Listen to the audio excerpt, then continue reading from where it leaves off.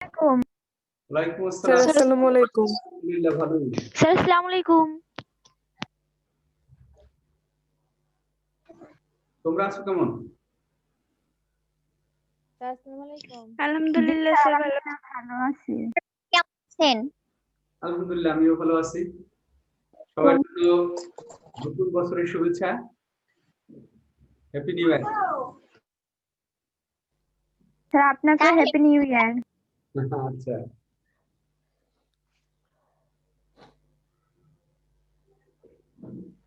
সবাই একটু হাজিরা দেই না? হাজিরা। আসসালামু আলাইকুম। ওয়ালাইকুম আসসালাম। স্যার আসসালামু আলাইকুম। ওয়ালাইকুম আসসালাম।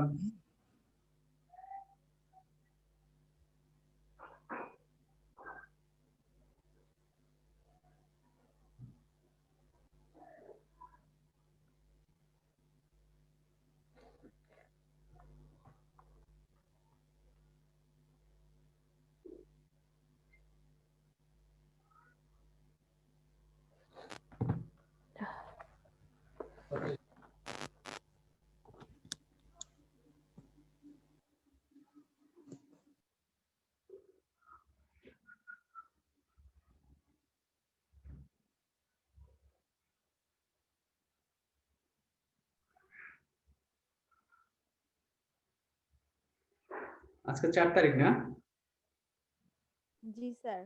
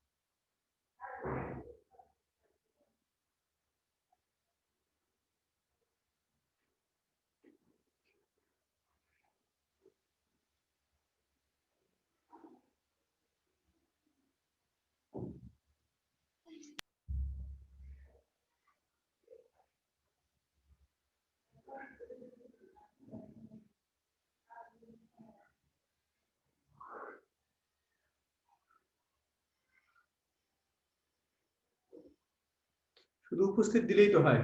আচ্ছা,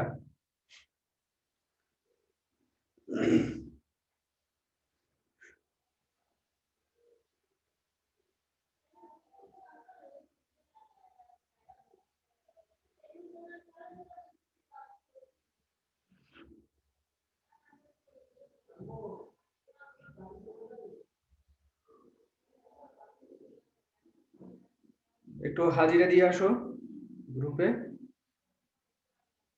অর্থাৎ পাশের গ্রুপে। আচ্ছা, তো সবাই আছো বলো? হ্যাঁ, আজকে আমরা কি নিয়ে কথা বলবো? স্যার ঢাল। ঢাল নিয়ে। আচ্ছা, একদম আমরা সংক্ষেপে যাই, অর্থাৎ অল্প সময়ের মধ্যে আমরা বোঝার চেষ্টা করব। সবাই একটু মনোযোগী হবে। বিশেষ করে তোমরা যারা ম্যাথমেটিক্যাল ত্রিকোণমিতি করছো, তারা tan ইকুয়াল টু কি ছিল এটা কি তোমাদের মনে আছে? tan ইকুয়াল টু কি? লম্ব বাই ভূমি ছিল। লম্ব বাই ভূমি। আচ্ছা, এইটা হচ্ছে মূল ঢালেরই। তো ঢালকে যদি আমরা সংজ্ঞায়িত করি, তাহলে আমরা দুই ভাবেই ঢালকে সংজ্ঞায়িত করতে পারি। এক হচ্ছে স্বাধীন চলকের পরিবর্তনে অধীন চলকের যে পরিবর্তন হয় তার অনুপাতকে ঢাল বলে। অর্থাৎ ঢাল ইকুয়াল টু, খেয়াল করো, ঢাল ইকুয়াল টু নিচে হচ্ছে ডেল, পরিবর্তন। এই ডেল দ্বারা কি বোঝায়? পরিবর্তন। স্যার পরিবর্তন। স্বাধীন চলক, স্বাধীন চলক, আর উপরে থাকবে ডেল অধীন চলক।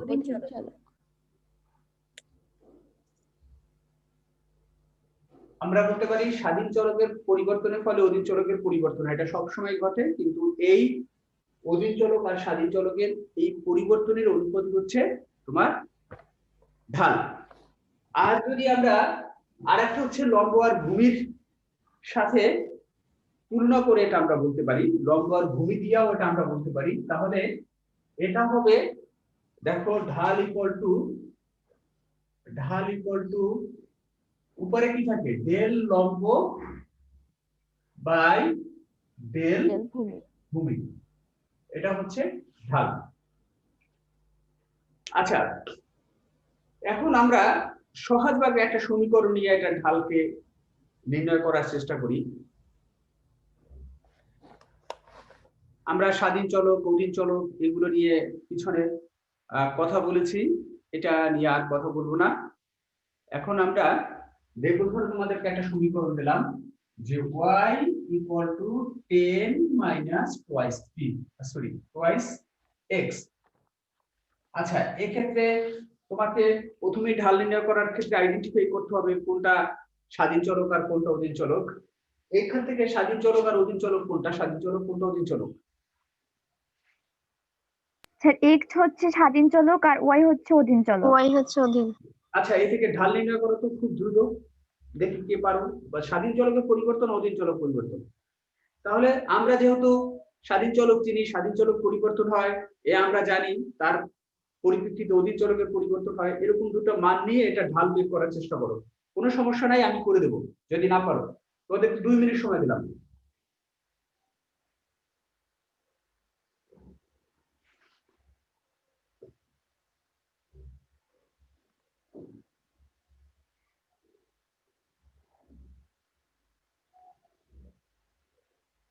আচ্ছা, আমি দেখাচ্ছি।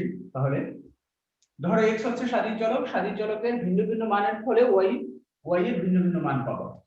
তার x ইকুয়াল টু সাপোজ যদি আমরা 2 ধরি, তাহলে y ইকুয়াল টু কত? 8 হয়।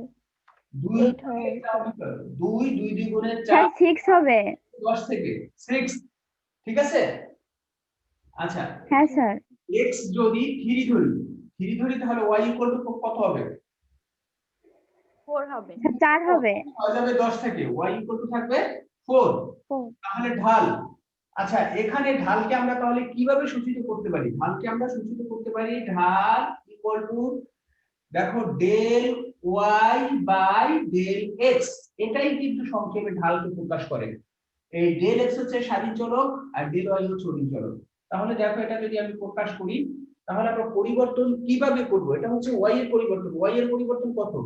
আগে ছিল 6, এখন হচ্ছে 4। পরিবর্তন সবসময় কি শেষ থেকে শুরু হবে, অর্থাৎ পরিবর্তিত অবস্থা থেকে আগের অবস্থা। তাহলে শেষের অবস্থান, পরিবর্তিত অবস্থান হচ্ছে 6 বিয়োগ 6, আর এটা হবে কি 3 বিয়োগ 2 ইকুয়াল টু হলো কত?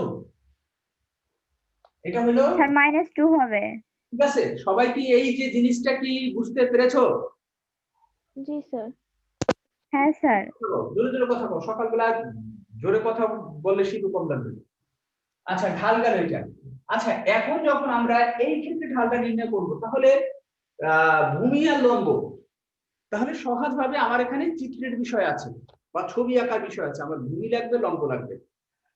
তাহলে আমি এই সমীকরণটাই নিলাম, এই সমীকরণেই ভূমি বাই লম্ব দিয়ে আমরা এটা ঢাল নির্ণয় করব। আচ্ছা, প্রথমেই আসো এই সমীকরণে স্বাধীন চলক কোনটা? Sir sir x। x, তাহলে x কোথায় যাবে? x স্যার x ভূমি অক্ষে যাবে। x যাবে এই ভূমি অক্ষে, x হলো ভূমি অক্ষে x, এই y। তাহলে আমরা যদি আঁকি x হচ্ছে এই 0, তাহলে 2 3, তাহলে 1 2 3, আর উপরেটা ধরবো কত? 2 4 6, ঠিক আছে?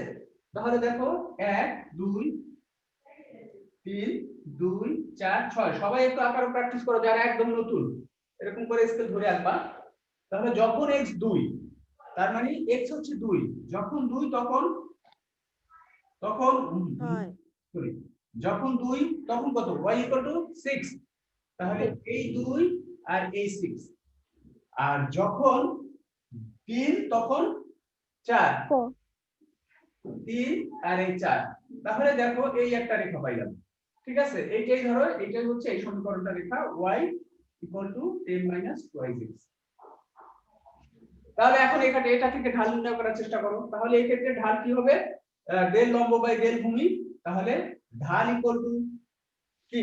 লম্বের পরিবর্তন কত? লম্বে কে আছে? y আছে। তাহলে y এর পরিবর্তন প্রথমে আমি y হচ্ছে প্রথমে ছিল 6, তারপর হচ্ছে 4, তাহলে 4 মাইনাস আর নিচে হবে কত? 3 প্রথমে ছিল, তারপর প্রথমে ছিল 2, তারপর 3, তাহলে 3 থেকে 2 3 minus 2 -2। দেখো এখন হচ্ছে কি, তুমি এটা যে জায়গা দিয়ে নাও, এর ঢালটা কি হয়ে গেল? ঢালটা মাইনাস হয়ে গেল, ঢালটা মাইনাস হয়ে গেল। আবার যদি তুমি দেখো, খেয়াল করো, এটাকে যদি প্রথম বিন্দু, এটাকে যদি দ্বিতীয় বিন্দু বিবেচনা করো, তাহলে এটা কি হবে? এটা যদি প্রথম বিন্দু, এটা দ্বিতীয় বিন্দু বিবেচনা করো, তাহলে এটা হয়ে যাবে 6 - 4 আর 2 - 3। এটাও যদি এরকম বিবেচনা করো, 6 - 4 আর 2 - 3, অর্থাৎ বিন্দু দুটোকে আগে থেকে পরে নিছি, পরেরটাকে আগে নিছি। তো যেভাবেই আমরা যাই করি, এটার ঢাল কিন্তু -2 হবে। আর একটা সরলরেখার প্রতিটা বিন্দুতে ঢাল হচ্ছে সমান, সেটাও যদি আমরা প্রমাণ করতে চাই, এটা থেকে কি করতে পারি? এটা প্রথমে আমরা ঢাল নির্ণয় করলাম। আচ্ছা, এটা থেকে যদি আমরা করতে চাই, তাহলে এখানে আমি আরো একটা নেই, আরো একটা সরলরেখা নেই। তাহলে দেখো, এটা হচ্ছে x = 1 ধরি, তাহলে 1 ধরলে y = কত হইবে? স্যার 8 হবে। 8 হবে। তাহলে দেখো, এখানে যদি এটা যদি 1 নিতাম, তাহলে এটা হয়তো 8। তাহলে তুমি যদি এই বিন্দুতে ঢাল নির্ণয় করো, তাহলে এই বিন্দুকে এই বিন্দু সাপেক্ষে করবা, এই বিন্দুতে করলে এই বিন্দু সাপেক্ষে অথবা এই বিন্দু সাপেক্ষে, অর্থাৎ যে বিন্দুতেই তুমি ঢাল নির্ণয় করো, প্রতিটা বিন্দুতে ঢাল হবে কিন্তু সমান। তাহলে এটা হচ্ছে একটা গুরুত্বপূর্ণ বিষয়। একটি সরলরেখা, আমি কোন জিনিসটাকে আপাতত দুইটা জিনিস সেখানে পাইছি, কিভাবে ঢাল নির্ণয় করে সেটা পাইলাম, আর একটা জ্ঞানের প্রশ্ন, দুইটা জ্ঞানের বিষয় পাইলাম। একটা হচ্ছে এই রেখাটা কি ঊর্ধ্বগামী রেখা না? জি স্যার। রেখাটা ঊর্ধ্বগামী রেখা। এটা নিম্নগামী স্যার এটা তো নিম্নগামী রেখা। তাহলে জি স্যার যে কইছে আর কি লাগে? এটা বাম দিক থেকে ডান এটা হচ্ছে নিম্নগামী রেখা। তাহলে আমি জানলাম নিম্নগামী রেখার ঢাল হচ্ছে ঋণাত্মক। ঋণাত্মক হবে। যে একটা সরলরেখার প্রতিটা বিন্দুতে ঢাল হচ্ছে সমান। এখন যদি আমরা ঊর্ধ্বগামী একটা রেখার ঢাল নির্ণয় করি, তাহলে ওই ঊর্ধ্বগামী রেখার ঢালও হবে ধনাত্মক। আমি তোমাদেরকে একটু দেখাই। ঊর্ধ্বগামী রেখা নিয়ে একটা কল্পনা করি, বা ঊর্ধ্বগামী একটা নিয়ে কল্পনা করি। এর মধ্যে অবশ্য লাগে না, তোমরা একটা দেখে নেবে, অসুবিধা নাই। আচ্ছা, তাহলে আমরা দুটো জিনিস জানলাম। এটা হচ্ছে কিভাবে, তিনটা জিনিস মূলত কিভাবে ঢাল নির্ণয় করে জানলাম। একটা নিম্নগামী রেখার ঢাল হচ্ছে ঋণাত্মক, আর হচ্ছে একটি সরলরেখার প্রতিটা বিন্দুতে ঢাল হচ্ছে সমান। এই রেখাটা যদি পুরোপুরি এঁকে দাও, তাহলেও একটা সরলরেখা হবে, সরলরেখার প্রতিটা বিন্দুতে ঢাল হবে কি সমান, মানে একই মান হবে, সব জায়গায় -2 হবে। এখন দেখো, আমরা যে আমাদের মেইন যে আলোচ্য যে জিনিসটা, সেখান থেকে আমরা একটু এটা হচ্ছে আমরা ম্যাথমেটিক্যাল, অর্থাৎ গাণিতিক ভাবে ভিত্তির মধ্যে আমরা চলে গেছি। এখন আমরা একটু অর্থনীতি পড়ি, আমরা অর্থনীতি চলে আসি। এখানে কিন্তু একটু তোমাদের ক্লেমজি যে ঘটে, আমি কিন্তু এখানে খুব বেশি সময় দেইনি, আমি নিজেও জানি আমি তাড়াহুড়ো করে তোমাকে বোঝাবার চেষ্টা করছি, কারণ আজকে আমি এই ক্লাসে ঢাল আমি শেষ করে দেবো। কিন্তু আমি এখন এই জায়গাটায় সময় দেব যেখানে আমাদের অর্থনীতিতে একটু দ্বিধাদ্বন্দ্ব থাকে বা একটু ক্লেমজি থাকে। সেটা হচ্ছে, দেখো, এখন আমি যে নরমাল একটা সমীকরণ নিয়েছি, এখন আমি একটা অর্থনীতি সমীকরণ নিব। এখন নিব QD = 10 - 2P। এখানে QD হচ্ছে একটা অর্থনীতি ভাষা, QD হচ্ছে কোয়ান্টিটি অফ ডিমান্ড, কি হচ্ছে দাম। তাহলে এটা যদি বলেও না দেয়, এটা যদি বলে দেয় যে কি দাম, আর এটা হচ্ছে যদি QD হচ্ছে চাহিদা, তাহলে তো ঝামেলা শেষ। যদি এটা বলেও না দেয়, তাহলেও আমরা যদি অর্থনীতি করি, ধরে নেব এটা অর্থনীতি। চলো, আচ্ছা, এই থেকে প্রথমে তোমরা একটা কাজ করো, এটা থেকে একটা রেখা অঙ্কন করো, খুব দ্রুত একটা রেখা অঙ্কন করো।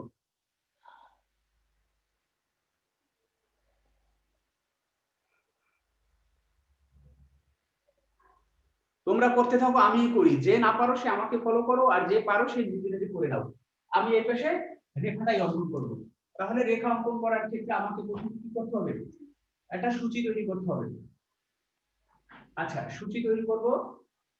এই দাম আর QD হচ্ছে চাহিদা। আমি ধরো কয়েকটা মানই নিলাম, 4টা মান নিলাম। 4টা কি সবটাই মান নিলাম, 0 1 2 3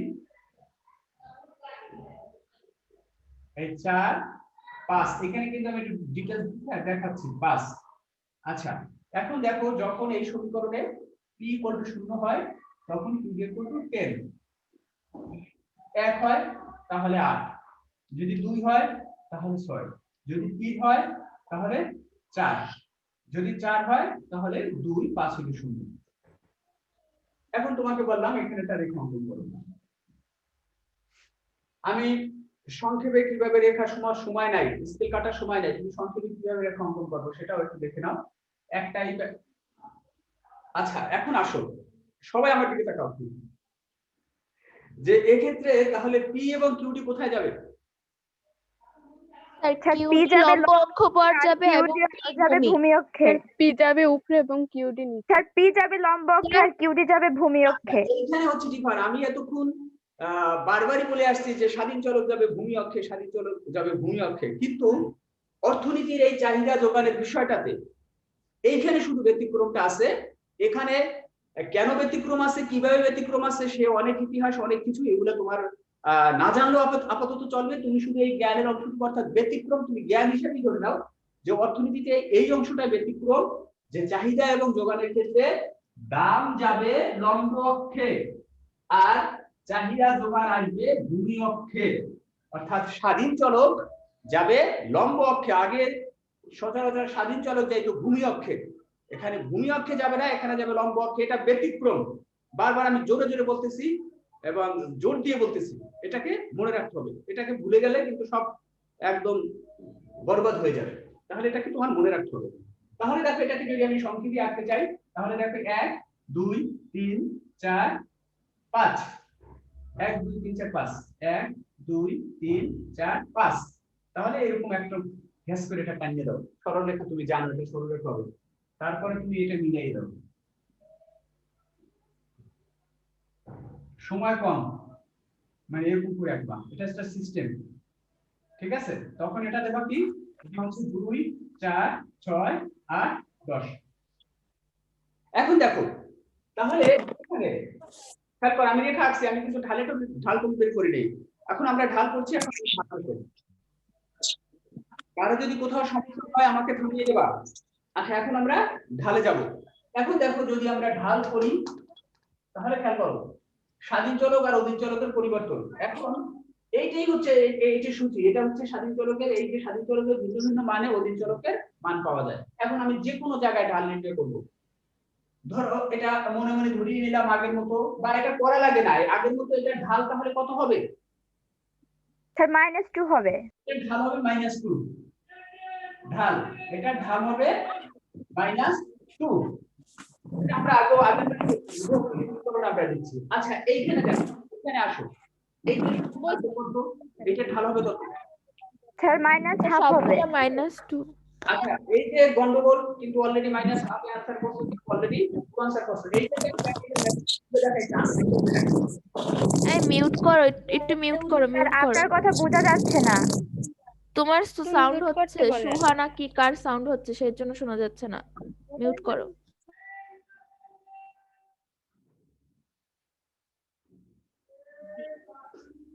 আচ্ছা, এখন ধরো আমরা ধরে নিলাম এটা এ বিন্দু, বি বিন্দু, সি বিন্দু, ডি বিন্দু, ই বিন্দু, এফ বিন্দু।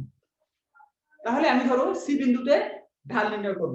তাহলে সি বিন্দুতে ঢাল, প্রতিটা রেখাই ঢাল, প্রতি বিন্দুতেই ঢাল নির্ণয় করা যায়। আমি তখন একটু বলছি, এবার একটু ডিটেইলস দেখাই।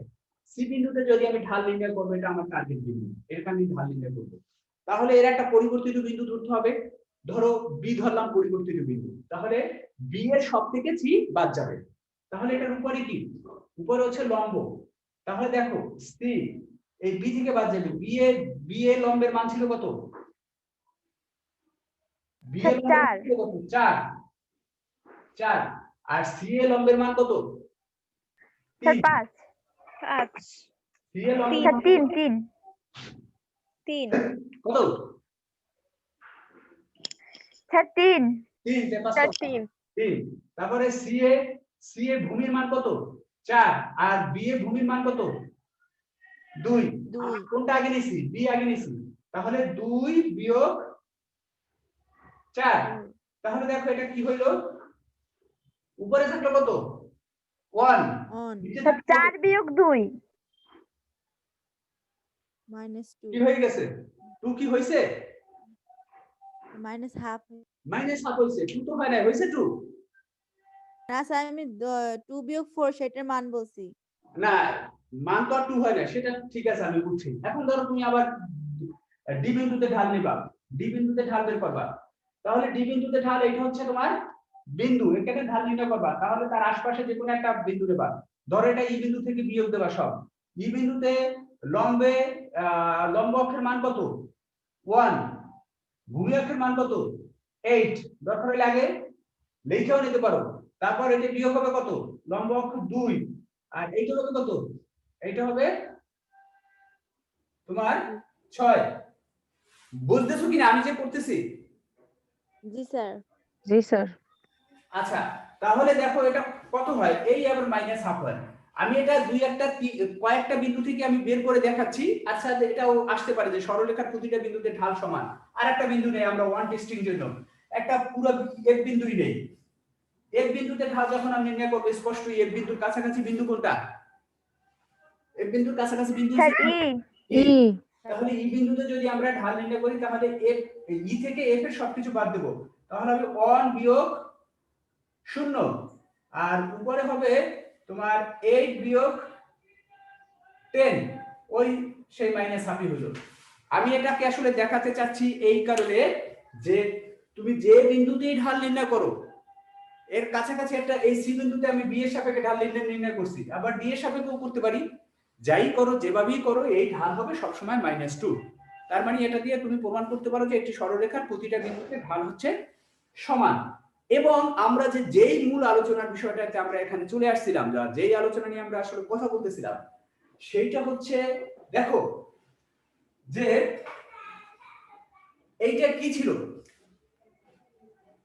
এটা মূলত এটাকে কি স্যার বলে, অপেক্ষক, এটা কি অপেক্ষক, এটা ছিল স্যার চাহিদা অপেক্ষক। তাহলে দেখো এটা হচ্ছে চাহিদা অপেক্ষক,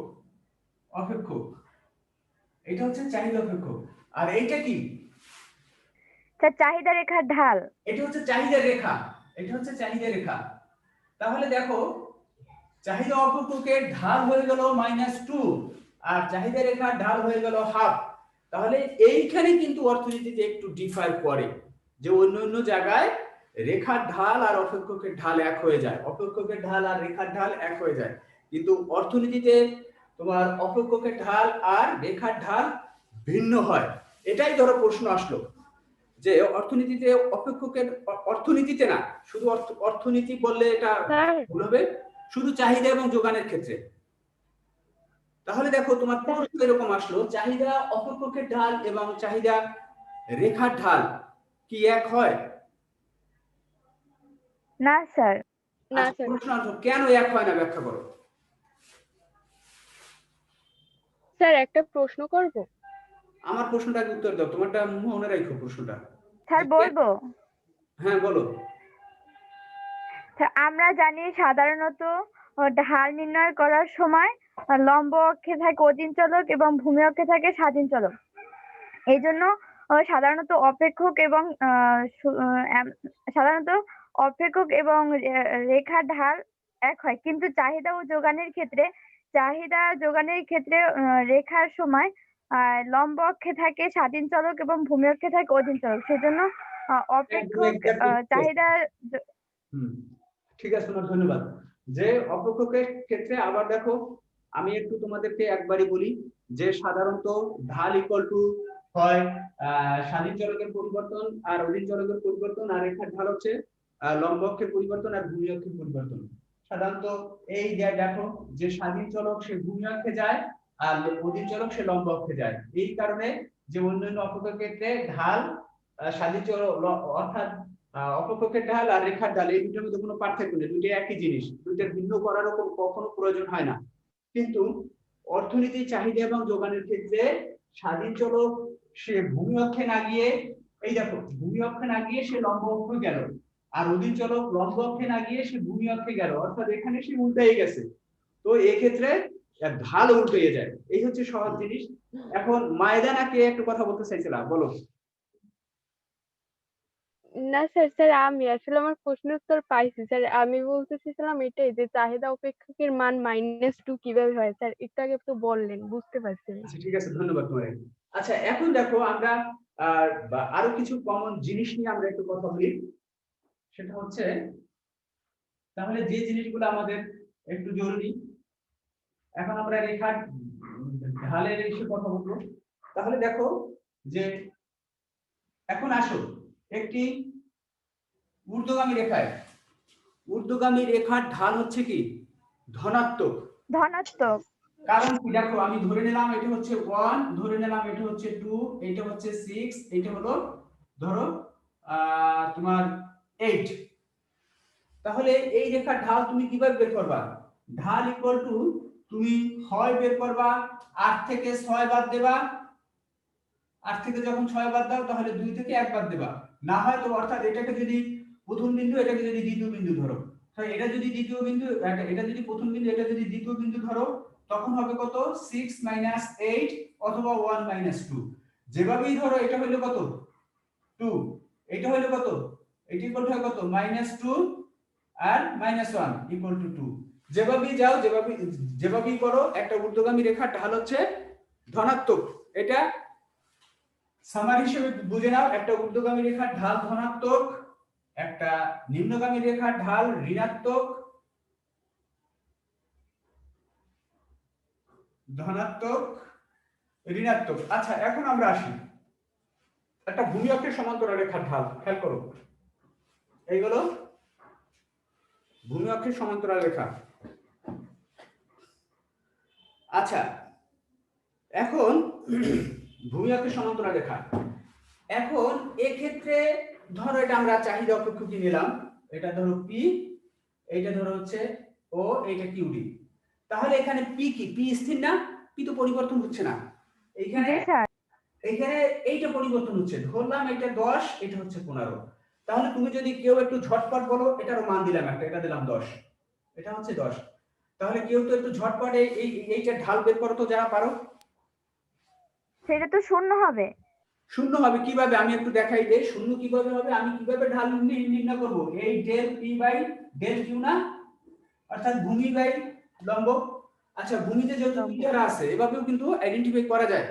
তাহলে ভূমিতে যদি, তাহলে দেখো যে ভূমির পরিবর্তন কত, ভূমির পরিবর্তন হচ্ছে 15 বিয়োগ 10, আর লম্বের পরিবর্তন কত 10 বিয়োগ 10 10 অর্থাৎ 0/5 ইকুয়াল টু 0ই হয়ে গেল।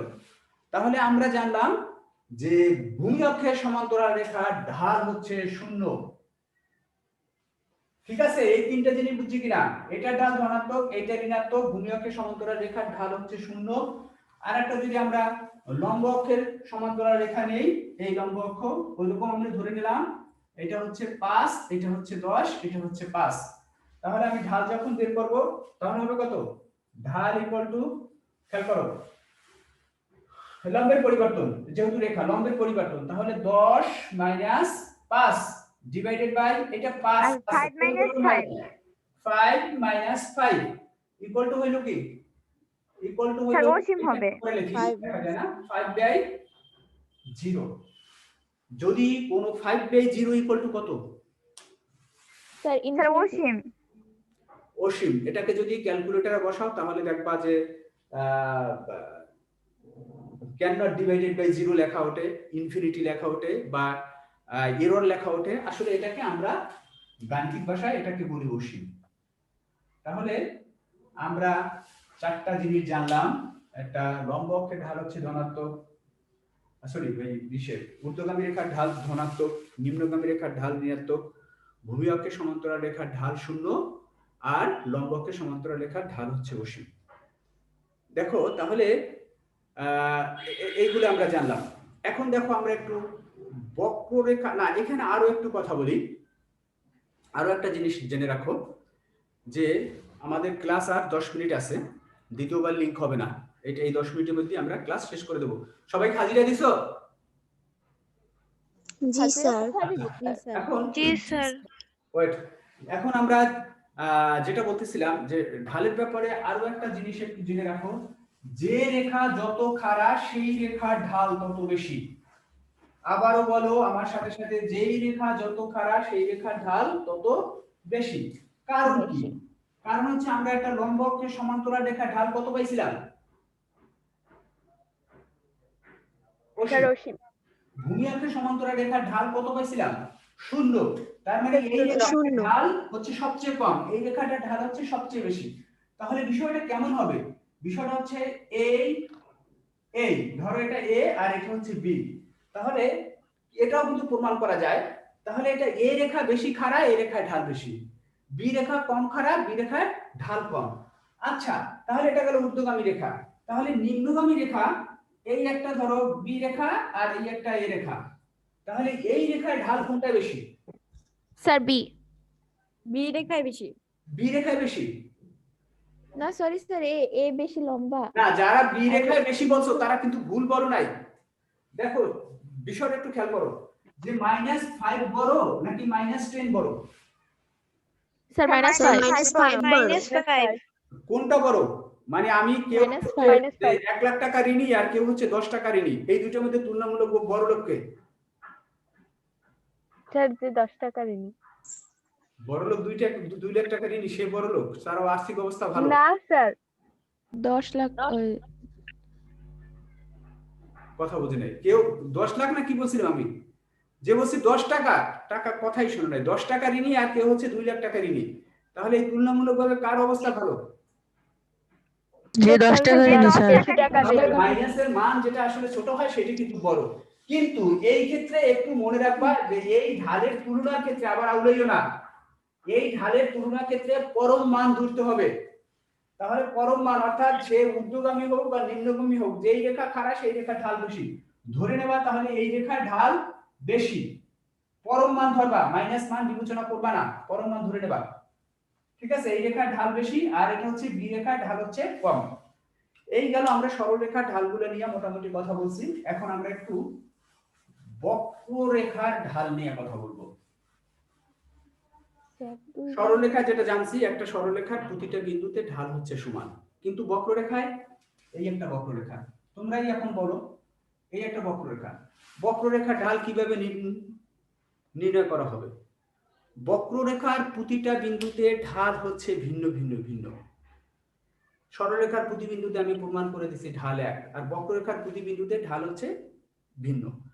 এক্ষেত্রে বক্ররেখার ঢাল নির্ণয় করার ক্ষেত্রে বক্ররেখার যে বিন্দুতে আমি ঢাল নির্ণয় করব সেই বিন্দুতে একটা স্পর্শক আঁকতে হবে। সাপোজ মনে করলাম এই একটা এ বিন্দু, এ বিন্দুতে এই হচ্ছে এ একটা স্পর্শক। আবার ধরো এটা হচ্ছে বি বিন্দু, বি বিন্দুতে বিবি হচ্ছে একটা স্পর্শক। এখন তুমি নরমালি বলো যে এ বিন্দুতে ঢাল বেশি নাকি বি বিন্দুতে ঢাল বেশি? স্যার এ বিন্দুতে। স্যার এ বিন্দুতে ঢাল বেশি। এই যে বিন্দুতে ঢাল বেশি, আমি আগেই বলছিলাম যে এই রেখা খাড়া বেশি সেই রেখায় ঢাল বেশি। তাহলে দেখো একটা বক্ররেখা কি প্রতিটা বিন্দুতে ঢাল কি এক হইলো? না স্যার। প্রতি বক্ররেখার প্রতি বিন্দুতে ঢাল এক না, বক্ররেখার প্রতিটা বিন্দুতে ঢাল হচ্ছে ভিন্ন ভিন্ন, আলাদা আলাদা।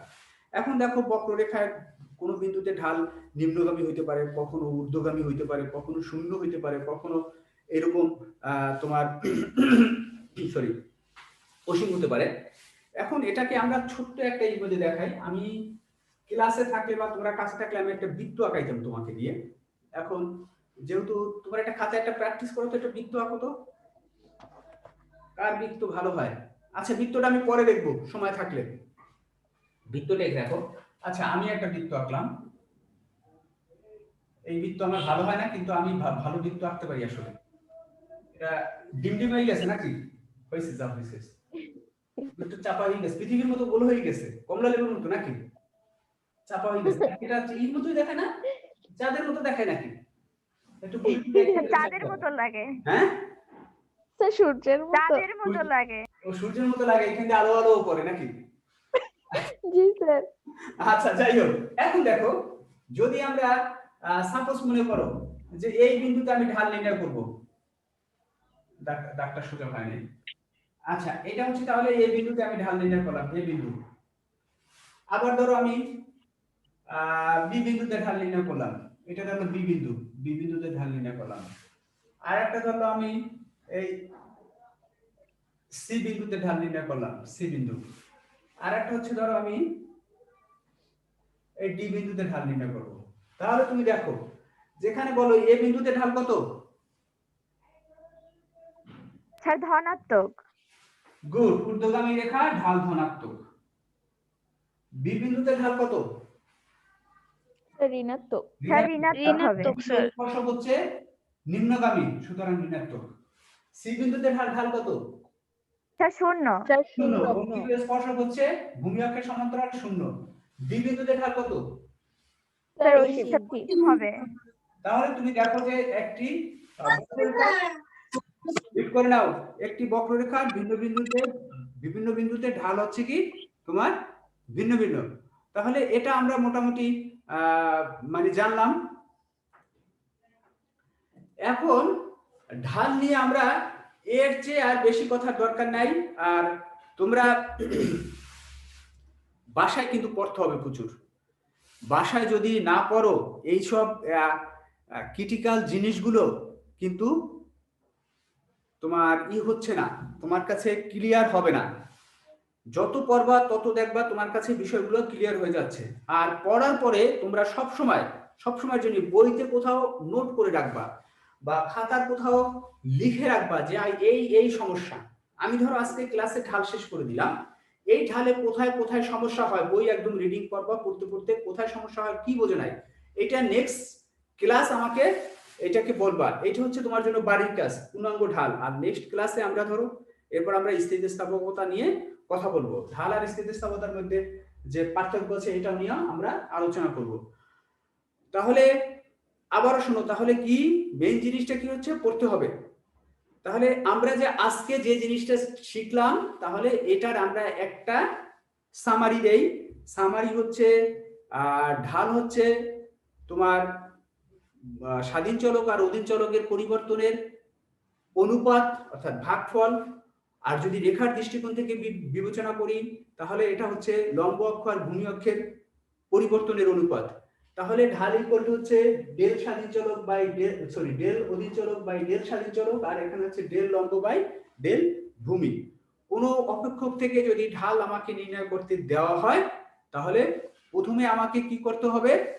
প্রথমে আমাকে ওই রেখা থেকে স্বাধীন চলক আর অধীন চলকের ভিত্তিতে অন্ততপক্ষে দুটো মান বের করতে হবে। দুটো মান বের করে তারপরে ওই দুটো মানকে বিয়োগ করে অর্থাৎ স্বাধীন চলক অধীন চলক এই অনুসারে বসাই দেবা। কিন্তু এখানে একটু খেয়াল রাখবা যে তুমি যেটাকে প্রথম বিন্দু ধরবা আর যেটাকে দ্বিতীয় বিন্দু ধরবা, যেটাকে যাই ধরো সবসময় একই বিন্দু থেকে তোমাকে বিয়োগটা করতে হবে।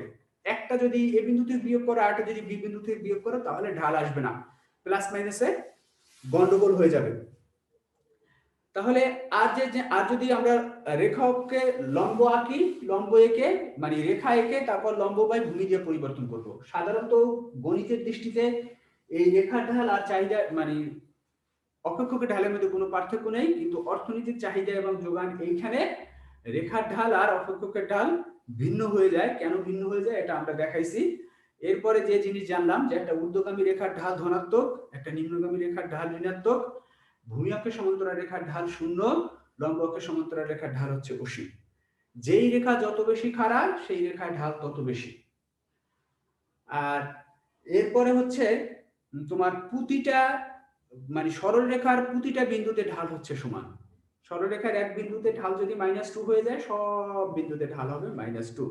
আর বক্ররেখার প্রতিটা বিন্দুতে ঢাল হচ্ছে কি তোমার ভিন্ন ভিন্ন।